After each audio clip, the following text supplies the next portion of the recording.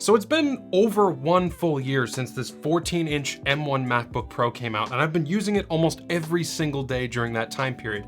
I use it for typing my scripts, writing emails, editing my YouTube videos, watching TV and movies, and I even do a little bit of gaming on it from time to time. So I'd like to think that I've put this thing through its paces over the past year. When I first sat down to try and come up with a script for this video, I kind of thought it was going to be easy. I mean, I've done a million of these review videos before, but it wasn't easy. I actually had a really hard time writing this review, and I think the easiest way to explain why is to just take you through my thought process from the beginning of the script all the way to the end. So I first started typing out all the great things that I like about this laptop. The first thing that came to my mind was the keyboard that I was typing on. It's a perfect balance of tactile feedback with a decent amount of travel, while at the same time being shallow enough to be able to quickly type up scripts and emails. There's really nothing bad I can say about it. We've got the physical function row instead of the awful touch bar, the fingerprint reader that's been nearly 100% reliable, and typing on it is comfortable and relatively quiet. Then I looked to the right of my keyboard and I saw that I had my SD card plugged in.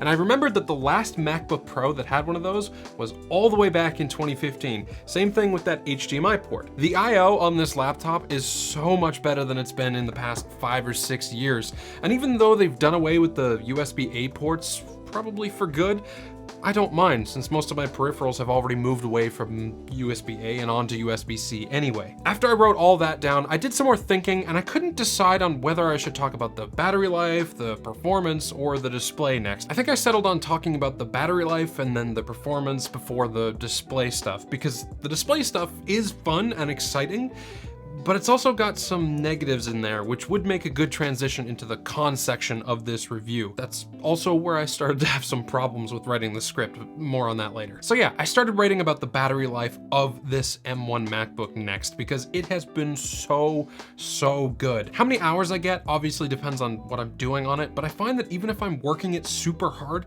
I get more than enough screen on time before I need to plug in again.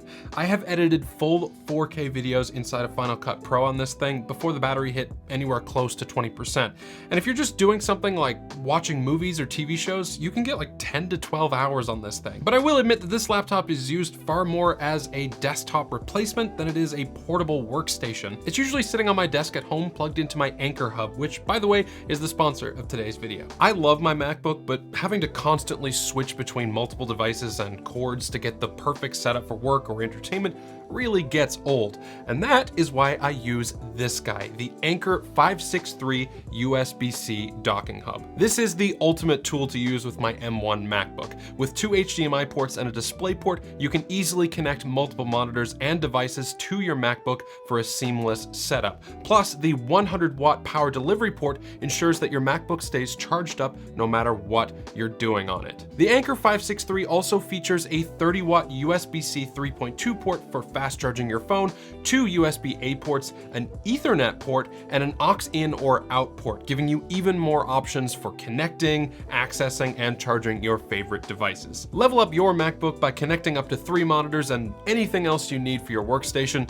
with the Anker 563 USB-C docking hub. Order yours today by clicking on the link in the video description below. Next up on my list of good stuff to talk about is the performance. And this is one of the main reasons that I just don't have a need to upgrade from the M1 MacBook to whatever the next newest model is. This laptop has been so close to flawless in just about every way. It eats through my 4K 10-bit footage from my Sony a7 IV like it's nothing. It can export one of my finished YouTube videos with color grades, stabilization, titles, and effects applied in a matter of minutes, and it doesn't even get hot while doing so. Not even the fans kick in or make audible noise when I'm rendering out footage. Never have I ever been so impressed by the performance of a laptop before. It kind of just puts everything else I've ever tested to shame.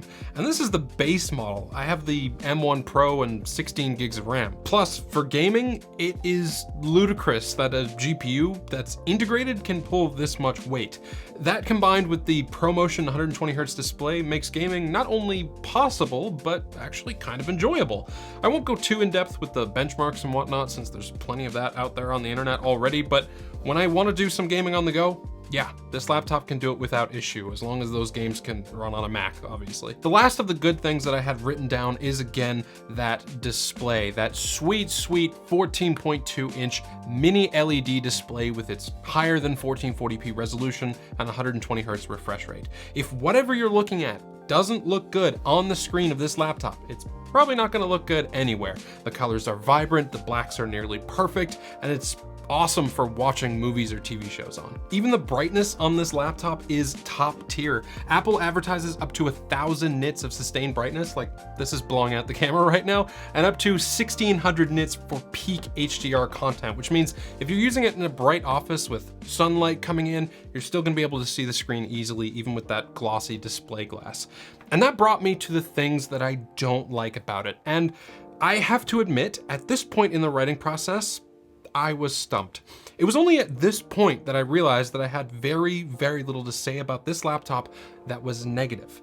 And that's why it was hard for me to put together a final, full review of this laptop 1 year later. I do not like shooting reviews for products when I either have nothing good or nothing bad to say about it. Not only does it make a boring script, but it also just makes me seem incredibly biased towards that particular brand. And I am no Apple fanatic. Like, I don't even use an iPhone as my daily driver. I've been using the Sony Xperia Pro I for the past couple of weeks. And before that, I was on the Pixel 7 Pro and the Z Fold 4 before that. So in an attempt to be as fair as possible, here are the 3 tiny cons I could come up with for this laptop in no particular order. Number 1, the notch. I still don't like opening the lid of this laptop and seeing that ugly, brazen, rectangular cutout that's already becoming outdated in Apple's own design language, especially when you've got like a ton of Windows-based laptops that are cheaper that do a much better job with their display bezels. Number 2, I've done a lot of gaming on this thing, both for benchmarking purposes and for entertainment purposes. I play League of Legends every now and again as a bit of a social outlet with some of my friends, and even though that 120 Hz screen is awesome, there's a lot of ghosting present on this screen, and it's definitely noticeable. It almost feels like there's like a layer of motion blur present within the game, except you can't turn it off like normal. It's probably fine for racing games or any kind of game that has that sort of motion blur present already, but if you're playing like a twitchy shooter or a MOBA, it could get a little annoying. But hey, it's a Mac. These things aren't typically held in the highest regard when it comes to gaming anyway, so most of you probably won't care. There's only really one other con that I could think of, and it's the price of this darn thing.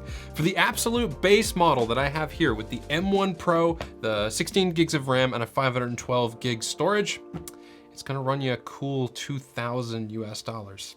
This thing just, it's not cheap. But you know what else wasn't cheap? The 5K iMac from 2019 that this laptop has completely replaced. That thing had almost 50 gigs of RAM, a dedicated GPU with 8 gigs of memory, and an Intel i9 CPU that was at the top of its class only a couple of years ago. This M1 MacBook Pro is a laptop, and it completely blows that huge iMac out of the water in nearly every way. Never mind laptops, this is one of the best computers that Apple has ever made, and it's so good that I suspect it might actually hurt their future sales, because I have absolutely no urge to upgrade from the M1 MacBook Pro anytime soon. Not only did this laptop blow my mind when it came out over a year ago, but it's still that good today. And that is what makes this laptop special, in my opinion. Anyway, hope you liked the video. Thanks for watching, and as always, have a great day.